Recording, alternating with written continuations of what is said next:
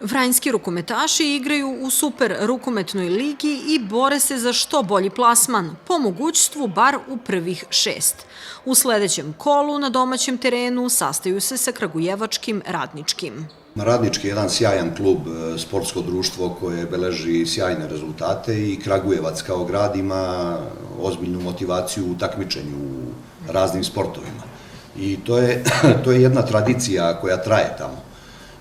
Takav klub u rukometu oboriti i plasirati ispod sebe uopšte nije lako. Ja sam i bio trener u Radničkom u jednoj sezoni, bili smo 3. u državi i znam kako klub funkcioniše, imaju uvek najviše ambicije. Evo ih, tu su, oni su na 6. mestu, drže grčevito tu poziciju za play-off i teško im je to uzimati iz ruke. Ja sad kad pogledam tabelu i vidim ispod nas su Crvena zvezda, Jugović, Obilić i Rudar iz Kostolca, to su sve renomirani klubovi. Nekako smo mi Novajlije u tom društvu. Sad, baš to nam daje dodatnu motivaciju. I Radnički je jedan od klubova koji nas najviše motiviše. Postoji taj rivalitet i znamo da su kvalitetni, tamo su nas dobili 6 razlike i mi imamo ozbiljan motiv da se revanširamo.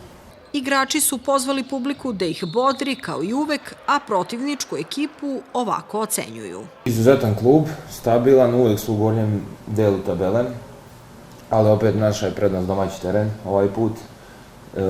Imamo -6 iz Kragujevca, mi ćemo da damo sve od sebe da upišemo 2 boda i da probamo da stignemo tu razliku, jer posle bi nam mnogo bitno bilo da bude više od 6. Ja sam oduševljen generalno celom ekipom. Momci su me dobro prihvatili, dobro se radi, dobro se trenira.